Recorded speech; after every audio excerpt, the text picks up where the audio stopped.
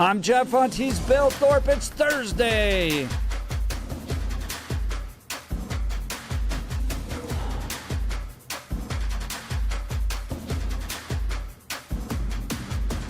You've tuned into Denver's News Talk Leader, 710 KNUS. I'm your co-host, Jeff Hunt, along with Bill Thorpe, bringing you the freshest insights, hottest takes from the right, left, and center. Billy's out today. He'll be back tomorrow.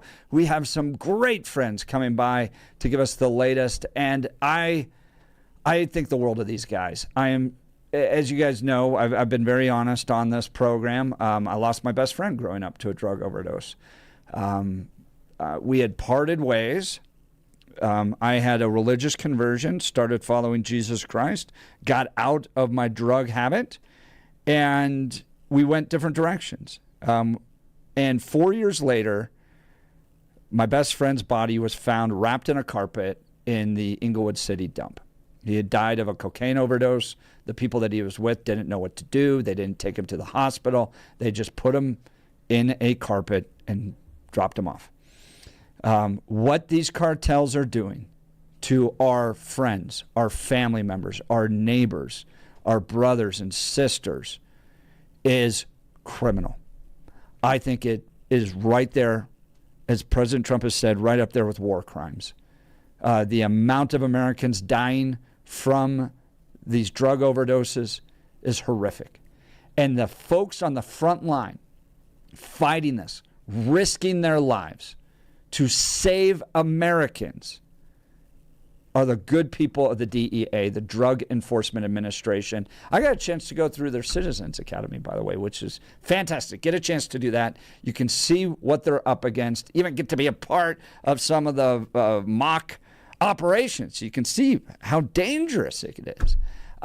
But we have live in studio with us David Oleski, Special Agent in Charge. He is the top dog in the Rocky Mountain Division of the Drug Enforcement Administration, because you guys had a big day yesterday announcing record fentanyl pills and methamphetamine seized in 2025. It was your big report on the entire Rocky Mountain region in 2025. Give us a little insight on what you released yesterday, David. Oh, absolutely. Jeff, thanks for having me back on. I had not known that personal story, even though we've been friends for a while now.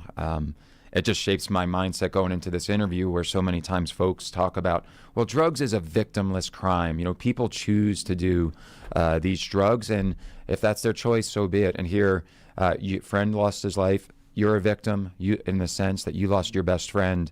That's happened so much around the state, where I've met families who've had their kids take a pill. They say, my son or daughter would never end up doing this. And so in the context of that, I had totally different ways I was going to react and start this, but you talking about your friend has definitely hit me in the importance of our work. Well, that's why you guys think that's getting a chance to meet all you guys and spend time with the DEA agents. I think you guys see the impact of this drug culture on a daily basis, right? And you know that it's about taking advantage of people. That's what the cartels are doing, right? They don't. Oftentimes, people are like, "Well, they'd never kill their product user. They don't care. No, they don't care. They're just running through, and people are dying, and it's greed at the base of that." No, absolutely. And folks, sometimes, there's a lot of things. Let's just say we're in January. The press release that we came out yesterday was our year-end numbers, and a lot, for all of us, we start going. We just finished 2025. People reflect a lot. We do as an agency as well. There was a lot last year that we came on your show, myself, my colleagues, to talk about. And if you go back last year, we started out with all of the operations in the metro area with TDA.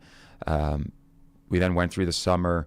Significant fentanyl, methamphetamine seizures, a number of press conference with some of our state local partners with ATF. We had, close to 100 guns taken off, from TDA. Great to look back, talking to Chief Chamberlain in Aurora, the reduction in crime in some of these hot spots to reflect upon.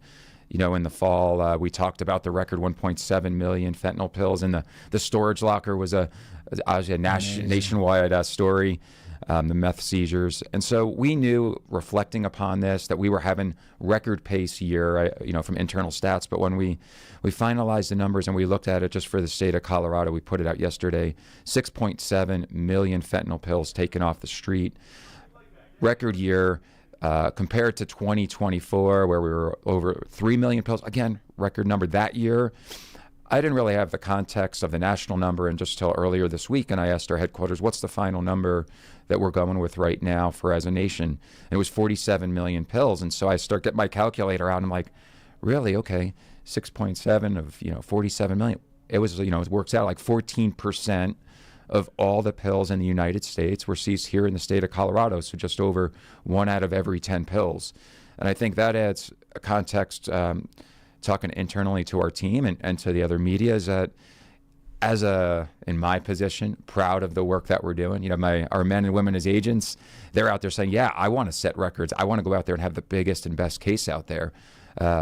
In context, going out to the public, same thing. Hey, I want to make sure the public knows of the presence of fentanyl, but it's something when we look forward for the months ahead, we set goals for the year, even internally. And law enforcement, it would be, our case agents want to break records again. As a society, you probably don't want to see records broken in that context. Right. I'd rather be coming on here with other leaders in the community saying we're seeing a reduction in violent crime or we're seeing a reduction in overdose deaths. So, I say often, to start what you said about losing your friend, is that drugs is intertwined, not just when we talk about public health matters and the loss of life due to an overdose or poisoning. It's also all of the public safety stuff that comes with the cartel presence here. And that's, as we start really thinking about it over recent months and these record seizures, is to have 6.1 million pills here in the state.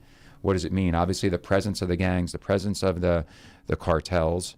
And so there's a lot more that comes with that in terms of societal impacts, right? So often you wake up in the morning news and there's a carjacking, there's a stolen car, there's a random shooting. When I talk to the sheriffs and the chiefs in the area, when they encounter somebody who's stolen a car or something, what's normally also in the car? 50 fentanyl pills, a couple of grams of meth. And so those intertwine of society, of just where drugs touches our lives collectively. And it goes all the way back to also drugs impacting, when we talk TDA. A lot last year was talking about the violent crime in the apartments. But a lot of the story that was not covered back then that I was thinking about from working in South America was, why was the migration of so many Venezuelans out of that country in the first place? And then we saw the national news, just a couple international news a couple of weeks ago, with the apprehension of Maduro. And he was wearing a the guy that was wearing a DEA jacket right next to him as he's escorting Maduro. Yeah, that's wild. I want to get to more of this. We're going to get into these details. Now is time for the news. Blake Olson. Blake Olson, news and comment. Hey, good morning. Thursday, 36 and sunny in Denver. Going to be beautiful again today. Expect a high of 60. News sponsored by Pastor Camp Heating and Air Conditioning at 303-777-1234 to learn more about special savings opportunities on Lennox equipment. Our top story, Tina Peters in a Colorado appellate court on Wednesday. She's serving her ridiculous 9-year sentence. Jeff had Chris Murray, First and 14th Law, in the studio once again last hour to help us understand all of this. Anything could happen. But Jeff asked Chris, could Tina be let out of jail tomorrow? They could. Yeah. I don't think that's terribly likely. Because, again, Ms. Peters' team is not saying she didn't commit the crime, right? They're saying, they're saying she shouldn't have been convicted, right? But what they're saying is, look, like, we think the sentence is way too harsh, all right? And sentencing is where judges have just about the most discretion. You commit a crime, as long as it's within what the law prescribes, judges can basically do whatever they want unless they violate the Constitution. And also on the show earlier this morning, Colorado Rep. Jeff Crank And they talked about, Jeff talked about everything, including the war on police and ICE in Minneapolis and all the paid protesters doing their part to raise hell and create chaos for political gain. And they discussed Iran and the options 47 has in the effort to try and free the people against the Iranian regime. The world would be better off if these mullahs were not in power. They were gone. They're terrible to the people of Iran, first and foremost. And so we want to help the good people who want freedom and liberty in Iran. And I think the president is doing that. I don't know what the tact will be, but he has lots of opportunities and lots of options at his disposal, including, everything from sanctions to, to cyber attacks to, military options that are out there. But we should not do what Barack Obama did and leave the Iranian people hanging there, because it's the future of the Middle East. And Greenland is a hot topic on the ice in that country. Strategically, it's crucial for our defense, and Crank believes the president is doing the right thing. I don't think there's anything wrong. Let's say the president were to come up to the people of Greenland and say, look, how about we offer you this package and you vote on it and decide if you want to become part of the United States. So if they freely wanted to do that, what is wrong with that? There's nothing wrong with doing that. And honestly, I think that's what the president's trying to do here is, try and put together an economic package that might benefit the people of Greenland. And if you live in northern Colorado, Xcel Energy warning customers that they may shut off power tomorrow in parts of Larimer and Weld County. So that if something comes in contact with our overhead facilities, it will stop the flow of electricity.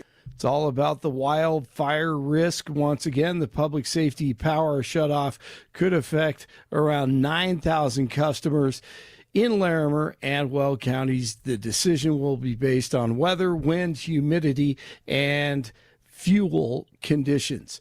Texas energy leaders praising DJT's involvement in Venezuela. They see it as a way to bring stability to the worldwide oil market. You have an abundant supply that is not subject to the whims of dictators. Todd Staples, who heads the Texas Oil and Gas Association, says it's consumers who will benefit from the stability in the market. The Nuggets continue to do what they have to do to win without Nikola Jokic in the lineup. And they win it 118 to 109 over the Mavericks. Jamal Murray, 33 points. Broncos continue to get ready for the Bills this Saturday. A big practice today for both teams. 2:30 Saturday kickoff at Mile High. First playoff game for the Broncos after their bye last weekend, of course. The Giants look like they're finalizing a deal to hire John Harbaugh as the head coach there. And, this show really is like Cheers. George Brockler on the show also last hour and paints a great picture. There's a weird sort of symmetry between this show at the moment and Cheers in this way. You have on me, who I feel is much more like Norm from Cheers, and then you have in studio Cliff Clavin there, who has at his disposal every legal fact available. Like, Jeffy, a little known fact here, the judge could simply lower the sentence on their own. And I'm like, I'll have another beer. I love that. That was great. Thank you for calling, George. 34 in Lafayette, 35 in Englewood, 36 in Denver. You're waking up with Jeff and Bill. Billy will be back tomorrow. It's Thursday. Blake Olson, News Talk, 710 KNUS. It's going to be mostly sunny to partly sunny and mild, getting a little bit breezy, though, by afternoon. Highs upper 50s and low 60s. Windy and colder tonight. A cold front comes in tonight. Gusty northwest winds. Lows mid-20s. It'll be colder tomorrow. Upper 30s and low 40s with cold and gusty north and northwest winds. Colder Friday night, teens and low 20s. Partly cloudy and cool Saturday. Will stay in the mid to upper 30s. Down to the 20s Saturday night, warming back to the 50s for Sunday. Cooler Monday. Meteorologist Don Day in the 710 KNUS Weather Center.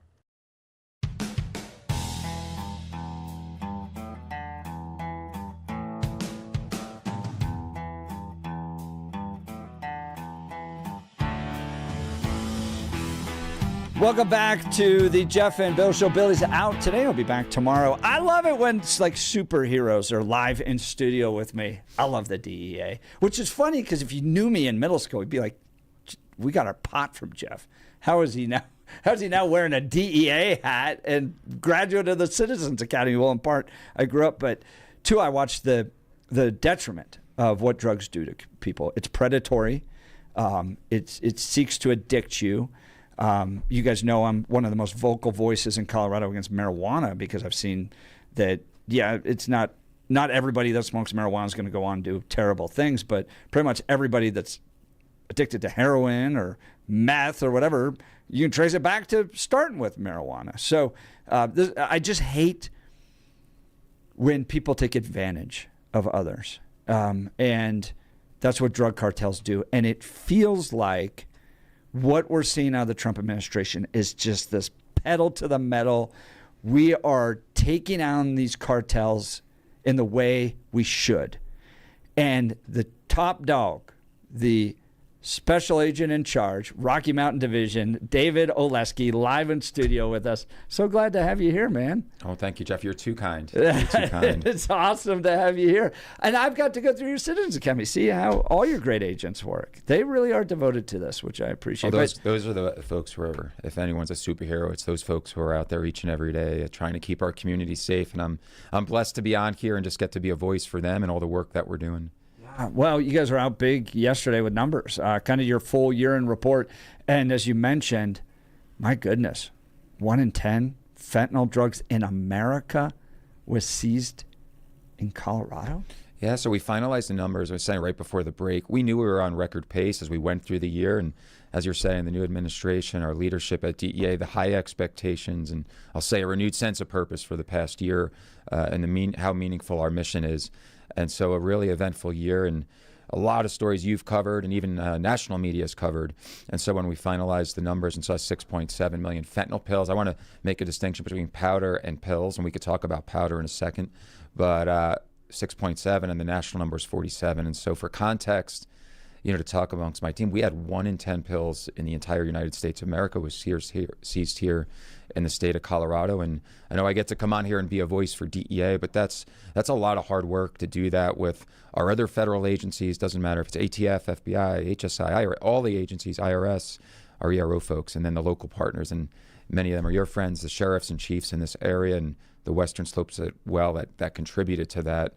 But it just really, the point of coming out, and I'm glad it's a longer form interview because I did so many yesterday and folks focus on the record-breaking year, and that's the 15-second clip on the morning news. But the point of why we're messaging it is not to say, look, record seizures, great work, DEA and law enforcement. It's to go out there and make sure the public knows that it is still a threat from the public health side. And then we mentioned the cartels, the public safety side. And so that's the importance.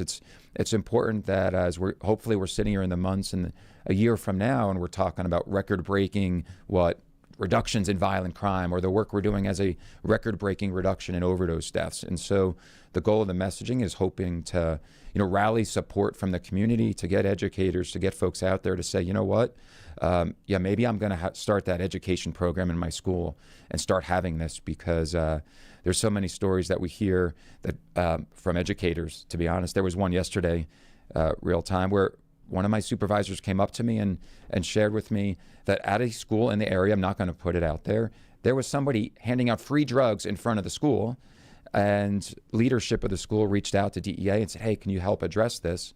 But then they didn't want DEA to go and speak to the students because they said, well, we really don't have a drug problem, so we don't need DEA to come speak. Nice. But can you have this? And so why is that? Because look, when we're still seeing tens of thousands of Americans lose their lives, there is no part of our society immune. So when some folks say, hey, my business, my folks here are great, or, this school district is phenomenal, or this university, please, if yours is not being touched by this, can you please step up and say what you are doing so that the rest of the state and the country can say, we want to be the example of this organization in terms of why we don't have such overdose problems. And so that's why we come out and talk about the record seizures, is because it is ever present here in the state. That's David Oleski. He's the special agent in charge, Drug Enforcement Administration, Rocky Mountain Division, which is Colorado, Montana, Utah, Wyoming, If you want to get into how we got into this position, there's 2 books I recommend. Go read Dreamland, and then same author, The Least of Us, kind of tracks the pharmaceutical connection to part of the drug problem we're facing. But people are going to see those headlines. They're seeing your report. They're seeing records. They want to know why, and is it getting better or worse, and what needs to be done to address it. So I'll turn it over to you. Why?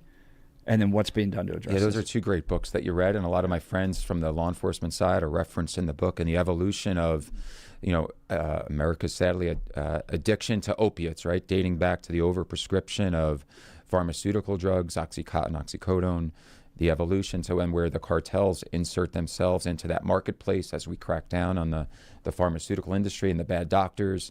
And before you know it, the cartels are pressing these pills south of our border and flooding the United States with these counterfeit fentanyl pills. I think it's a good point to bring up is that as I still meet folks say, well, I would never do fentanyl and my kids would never do fentanyl.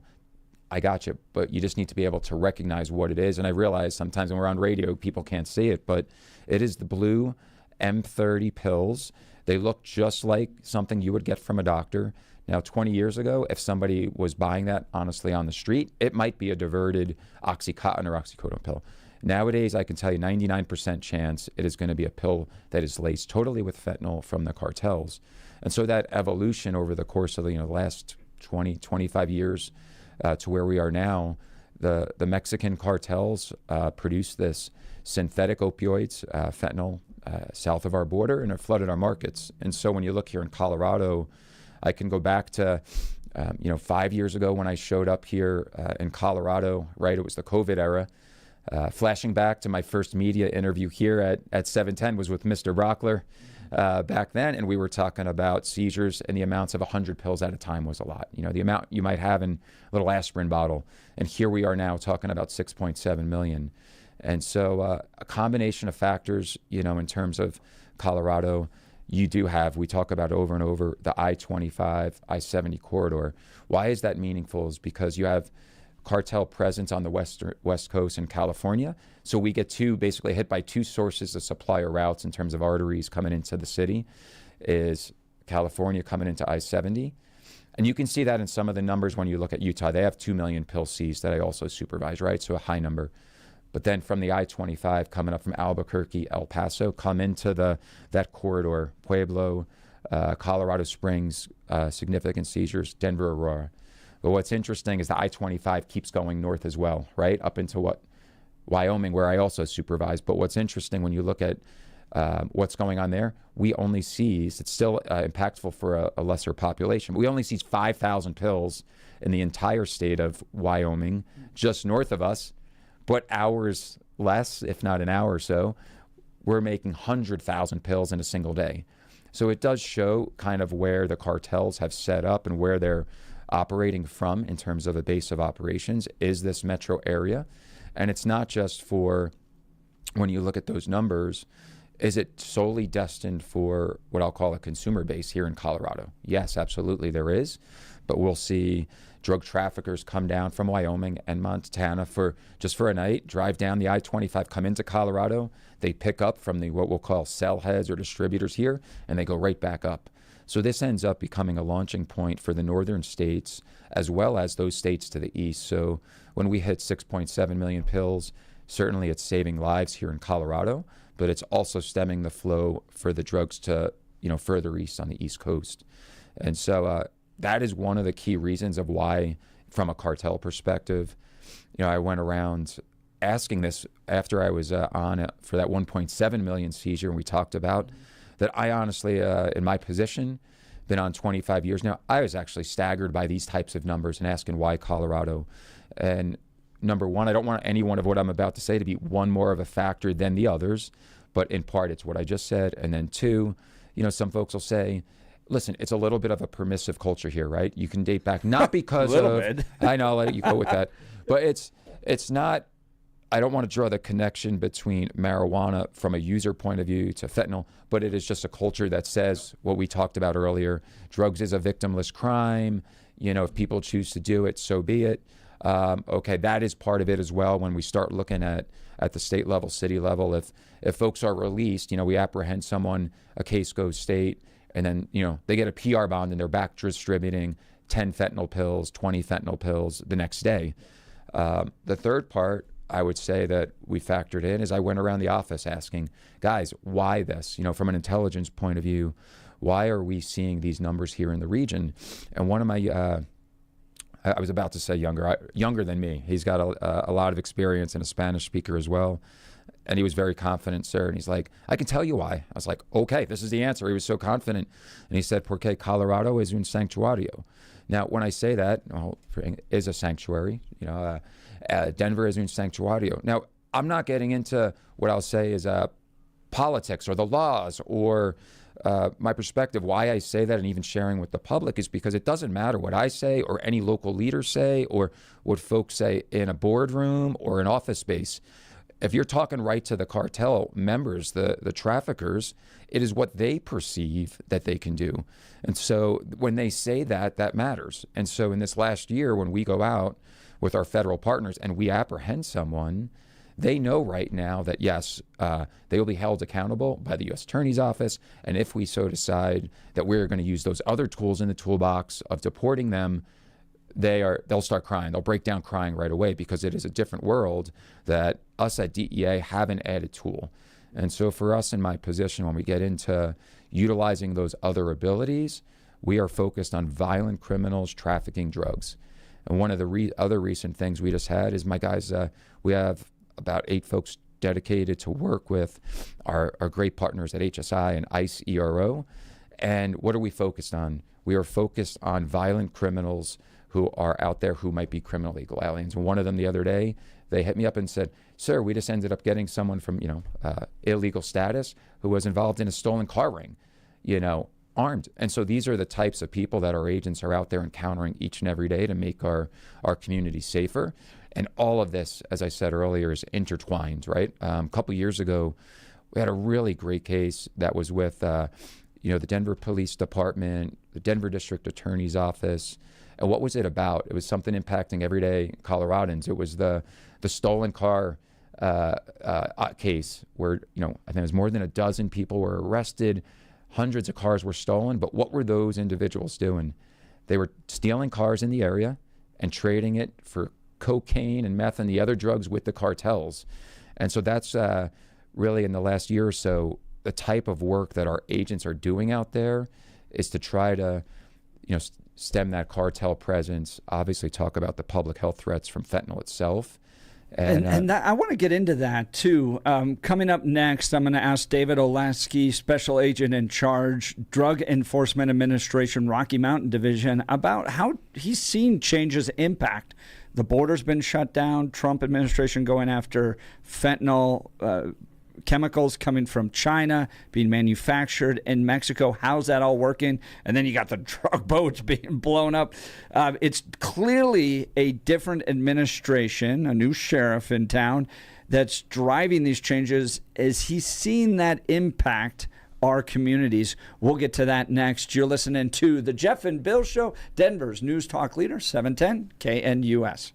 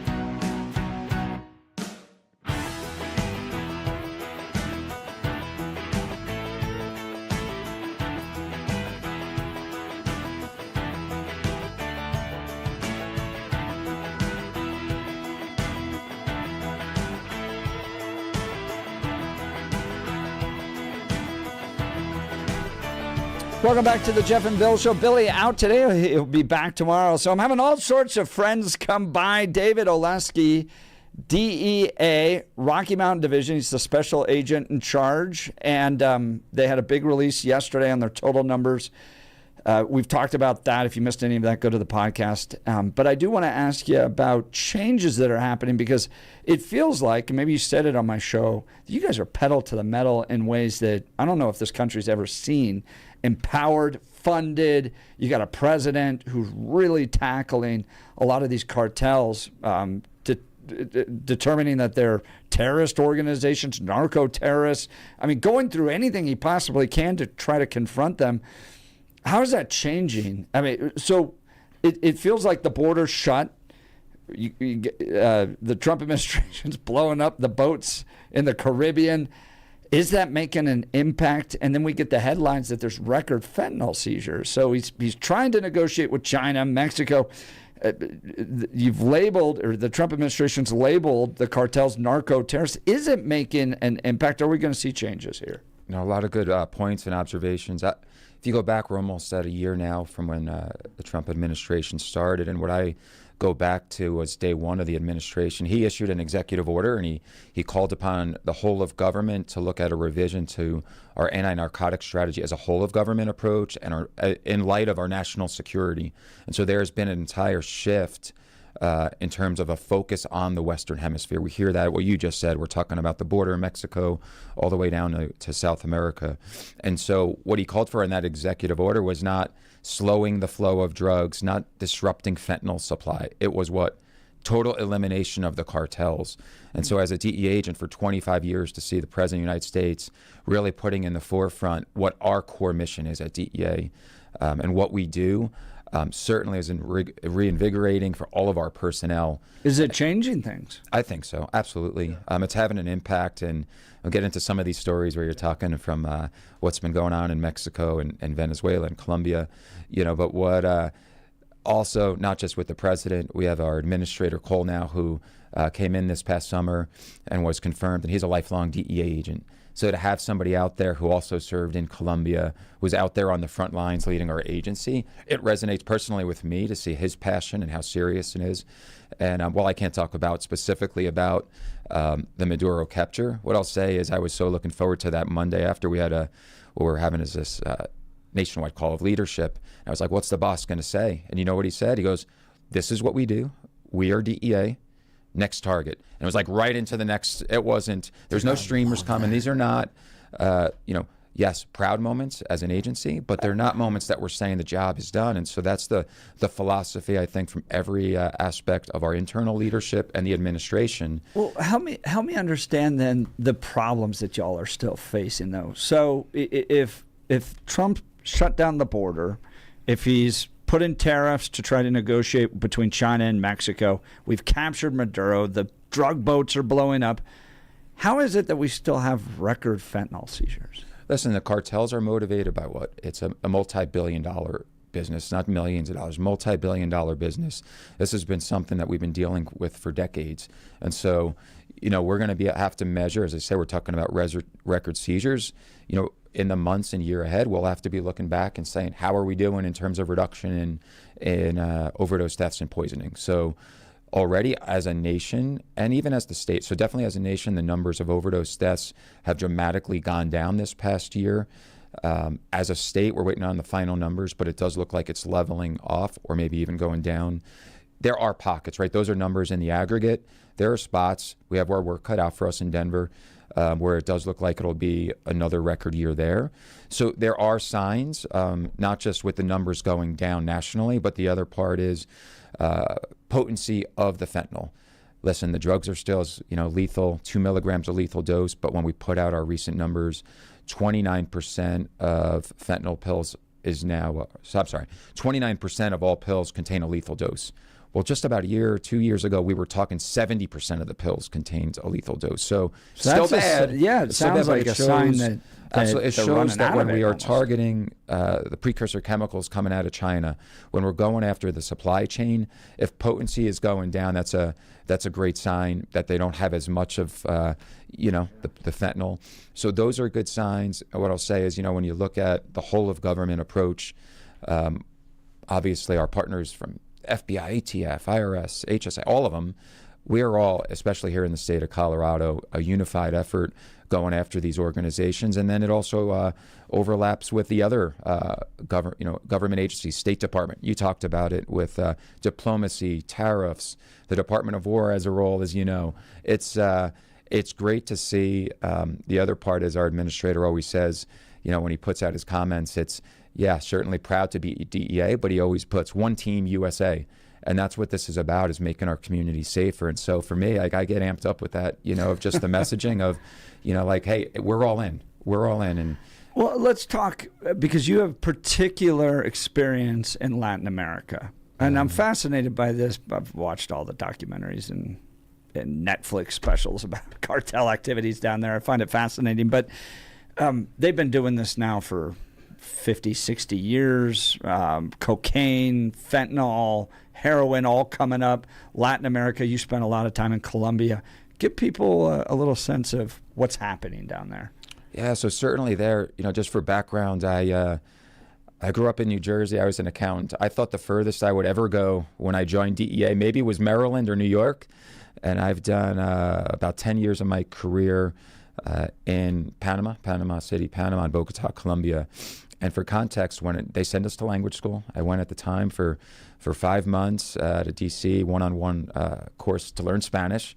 So I still speak it. And for context, I remember being in language school, and one of my Spanish teachers was Venezuelan, or is Venezuelan still. And we would watch on TV what was happening in Venezuela. You're going back to 2007. And this guy who was teaching in a language school in Virginia had run for political office in Venezuela. At the time, it was pre-Maduro, was Chavez, and he had his car shot up. His parents had enough money to send him to the United States and declare asylum because he was the victim of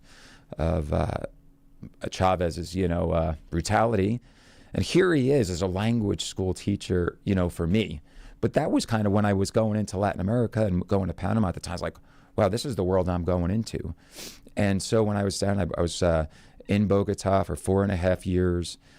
One of my first weeks there, I remember I was getting, reports from my agent, Steve, and he'd come in and say, sir, we've got the coordinates for a plane flying out of Venezuela going into Honduras. It's this much dope. It's this much. Here's the tail number. This is how much is getting paid, to the officials. I was like, what? I was like, we have this much intel. So to get exposed to that side of things was totally eye-opening. And I think sometimes, even if we go back to what were we talking about this last year and the last couple of years here in Denver, Aurora, Tren de Aragua. And so many times when we were talking about TDA, there were so many different aspects of politics and local crime. And I would come on, Jeff, with yourself or others, and maybe we were talking about it from the standpoint of local impact. What is DEA doing? And I would say, we're targeting the networks. But I don't understand if maybe the folks in your audience are really understanding that generalization of what we really do. We had our folks in the office by the end of last year down in Medellin, Colombia, apprehending individuals who directly were impacting, life here for everyday Coloradans, and causing those problems in those apartment complexes. And one of the interesting stories that happened by chance was I was taking an Uber ride to the airport, in December, heading to our headquarters. Early morning, and one of the Uber driver I could tell spoke Spanish. I didn't tell him what I did, but I started talking to him, and he ends up telling me in this 30-minute car ride how he had basically migrated to the United States, again fleeing Venezuela due to all the challenges there, transited through Central America, got to the U.S.-Mexico border, declared asylum, and where did he end up in the end? He was in those apartment complexes or right next to him in Aurora, and by the end of the taxi ride, he said, yeah, and it was so bad, the crime, that I moved to another part of town. And sometimes I think that gets lost, is that in the work that we are doing, trying to protect our American citizens and Coloradans, is that some of those other folks who are here, who fled cartel violence, doesn't matter if it was Mexico or Central America, South America, had fled from the results of these drug criminals, these foreign terrorist organizations. And so certainly as I was riding there, I have a compassion for this guy who's just trying to find a better life. But who was he becoming victim of in these same exact communities that we were out there targeting? And I think sometimes, in a 20-second or 30-second, morning clip on the news, they see us apprehending people. They're like, oh, what's their immigration status? That is not the factor in what's driving us to go after the cartels. It is they are trafficking this poison into our communities, and they're causing harm to everyone, no matter what their status is. That's David Oleski, Special Agent in Charge, Drug Enforcement Administration, Rocky Mountain Division, yesterday out with his numbers. He and his team, listen to this.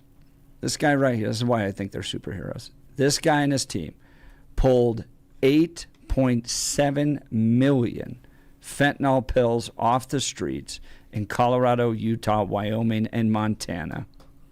Staggering numbers. Colorado has seen a 76% increase in pill seizures year over year. He's out there on the front lines. And part of the heartbreaking side of this is that right now in America, 1 in 10 fentanyl pill seizures is coming from Colorado. So there's a lot to talk about still, a lot to confront. We'll continue this conversation. David Oleski, live in studio. You're listening to The Jeff and Bill Show, Denver's News Talk station, 710 KNUS.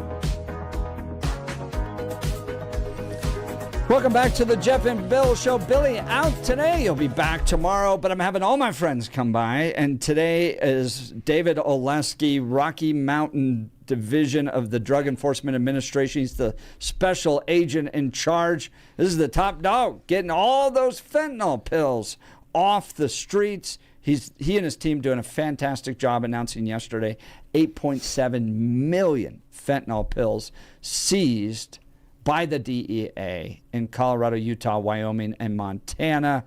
Approximately 3,000 pounds of meth taken off the streets as well. Thank God for these brave men and women. Look, I got to apologize, David Oleski. I created a bit of a kerfluffle by announcing the Citizens Academy, because this isn't something that you can just sign up for, right? Because you'd have 10,000 people wanting to be a part of it to see and learn what you guys do. So how can people be a part of it, but we can't necessarily open it all up? No, certainly. We'll put out some messaging on this. We'll get with you. Jeff was a part of our team last year in the Citizens Academy. And basically what we try to do is reach out to leaders in the community or in these positions that can then further on message it to, whether it's their university or business organization. And so we'll put some more information out. Stefan is, I know your audience knows Stefan well. He's out in Utah doing a ton of media right now. And I have to give a shout out to our Utah team. But we'll get with Stefan and talk about it. We're going to probably be putting it together here in the coming month. So it is absolutely it's a great worth thing, doing. and it just shows the importance for us. Yes, we're going to be focused on our enforcement. You highlight the superheroes we have, our men and women at DEA, but we also got to have the superheroes in the community to go out and be a voice for what we're seeing and the harms these drugs are causing. We'll talk about that. Talk about how parents can talk to their kids about fentanyl, drugs. Here's what we've said to our kids, because we've got kids in high school and middle school.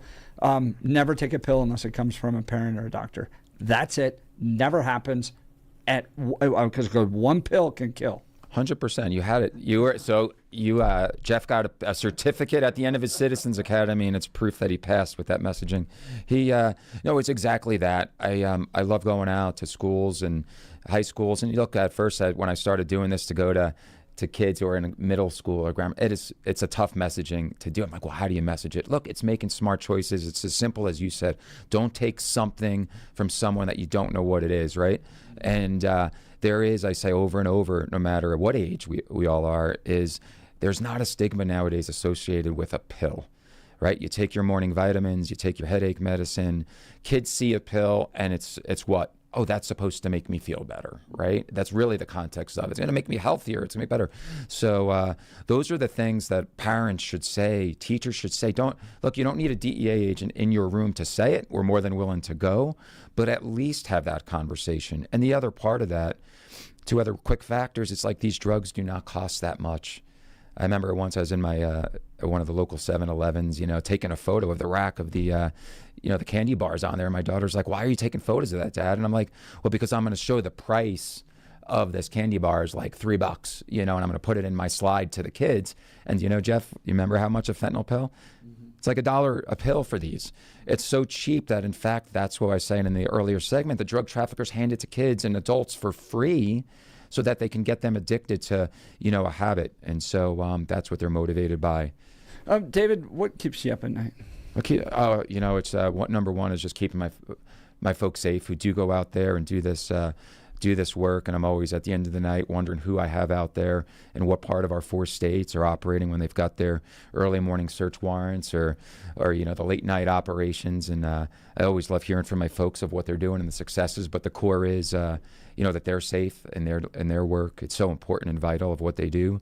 And then just the continuing, when we talk about national security, when we talk about the impact of the cartels and the impact that they have on our society, those are things that in my job, I'm not hitting the doors like I used to and managing the informants, but strategically, all of us leaders at DEA and our leadership team here in the office, we have to think strategically of how the cartels will react, how the situation in Venezuela might impact us here in Colorado, where we have, a Venezuelan migrant community that's still present. What will that mean with the changes going on in Venezuela? The more pressure that we put on the Mexican cartels, they're not just going to settle. they'll fight back. And so that's why relationships are so important in the law enforcement community. State, local, federal partners, priorities, community safety. And so those are the things that I try to reach out as often as I can with check-ins with folks around the state, and to realize the role that DEA plays, the role of where our leadership has us directed, both from the White House to our administrators, saying the focus is on what? Western Hemisphere. For so long in our nation, we've been talking about the Middle East. We've talked about other parts of the world. Well, this administration is kind of doing it all, but there is a significant focus on that Western Hemisphere, going from Mexico all the way down, with the focus on what? The total elimination of these cartels. And so that's where my mind is. Well, David Oleski, special agent in charge. I watched cartels steal the life of my friend for profit. They do that to family members, to Coloradans on a daily basis. I hate them with a passion. And to see the DEA, to see men and women like you guys empowered for really the first time in my life, because I went through the whole DARE program, and then the weird people that said, the war on drugs failed, we should never fight it, just allow people to just take advantage of others. I never understood that. But to see the DEA fighting for truth, justice, and the American way in saving lives from these predators, I love it. You guys are awesome. Thank you, David. Thank you. Can I just say, please go to our DEA.gov, Fentanyl Free America, for more information. Just take a couple of minutes while you're scrolling your social media accounts. Take that extra moment. You might learn something that saves a life. And we're also hiring. We put out an announcement Sunday night. Join DEA and go to our DEA.gov site for more information. And you had like 1,100 applications the next morning or something. We did. Like that, we did right? over 1,000 applications in just a few hours. Dude, people are fired up and they're fighting the right way. Really appreciate you, David. Give my best to all the men and women out there. I will. Absolutely. Fighting hard. You have a great team. I got to see it firsthand. David Oleski, Special Agent in Charge, Drug Enforcement Administration, Rocky Mountain Division. Go to DEA.gov. DEA.gov to learn more. Coming up next, we're going to dive into the U.S. Senate battle as Janak Joshi challenging John Hickenlooper. He's part of a competitive Republican primary that includes Mark Baisley and Sean Pond and Janak Joshi. Now we're going to talk all about this and why John Hickenlooper maybe needs to be retired now. I mean, he's getting up there a little bit. I can't complain too much because I'm getting up there as well, but not quite John Hickenlooper style. So is it time for John Hickenlooper to find something else to do? Well, Janak Joshi wants to help him. We'll get into all of that and more. You're listening to the Jeff and Bill Show, Denver's News Talk leader, 710.